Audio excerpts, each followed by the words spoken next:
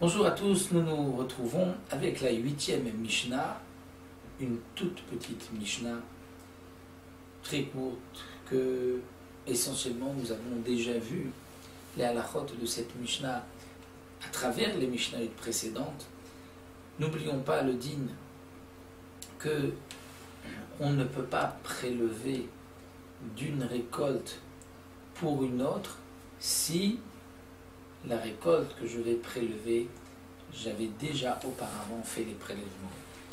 Donc les prélèvements dont j'ai été fait, c'est patour, et je ne peux pas du patour à la chiyuv sur une récolte qui est chayevet. Bien que on peut prélever de deux récoltes différentes. J'ai du blé qui a poussé à un endroit, du blé qui a poussé à un autre endroit. Je ne suis pas obligé de prélever de ce blé-là et de l'autre blé. Je peux prélever de l'un pour l'autre, c'est-à-dire bien sûr en fonction de la quantité de ces deux récoltes. Je devrais donner pour la Trouma Gdola 2%, pour Troumat Maaser, donc d'abord le Maaser Rishon 10% de toute la récolte, et le Troumat Maaser 10% de ces 10%. Mais ça, c'est à condition que les deux, où les prélèvements n'ont pas été faits, où les deux sont de maille, où j'ai un doute, mais de la même personne. Mais quelqu'un qui achète maintenant du Tevel, c'est-à-dire on est sûr que la récolte est Tevel, il n'y a aucun prélèvement qui ont été faits, celui qui a vendu lui dit les deux, donc il achète de deux personnes, Mishne Mekomot, de deux endroits, et les deux lui disent ce que nous te vendons est Tevel, on n'a pas prélevé. Eh bien, Maaser Mizalzi pourra prélever de l'un pour l'autre, bien sûr, de la même espèce, du blé pour du blé, de l'orge pour de l'orge, du raisin pour du raisin. On ne va pas prélever du raisin pour du blé. Afalpi chez Amou, en Adam Racha Ilimkor Tevel et Letzorich. Bien que on a dit que on ne peut pas vendre, c'est-à-dire que tout ce qui a été dit ici, c'est Bedi Avad si ça a été vendu.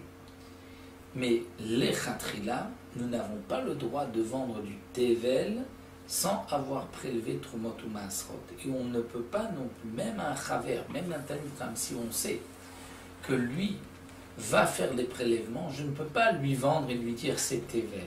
Je dois prélever avant de lui donner, parce que nous avons une règle, on ne doit rien faire sortir de nos mains qui n'est pas arrangé, qui n'est pas propre à la consommation. On ne peut vendre, donc un Hashim Kortevel, on ne peut vendre, et là l'Etzorer, que si c'est l'Etzorer, c'est-à-dire qu'il y a un besoin particulier. Comment peut-il y avoir un besoin particulier, un Etzorer, d'avoir du Tevel, d'acheter du Tevel? C'est que si un homme Chaver, qui lui fait attention au Troumat ou Maasrot, sa propre récolte, il avait une récolte rouline, c'est-à-dire où les prélèvements avaient déjà été faits.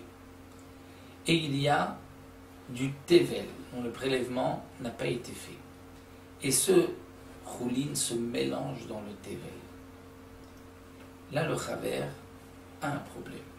Comment va-t-il faire pour prélever sur le Tevel? Peut-être que ce qu'il va prendre est de la récolte dont il avait déjà fait des prélèvements, qui est rouline, puisqu'il s'est mélangé. Donc le seul moyen pour lui, c'est d'acheter de la récolte Tevel. On est sûr que les prélèvements n'ont pas été faits. Et il va prélever de ce Tevel pour le Tevel qui est mélangé avec le Choulin. Et de cette manière, il n'y a plus aucune crainte. Ça, c'est ce que donc le Tana nous dit.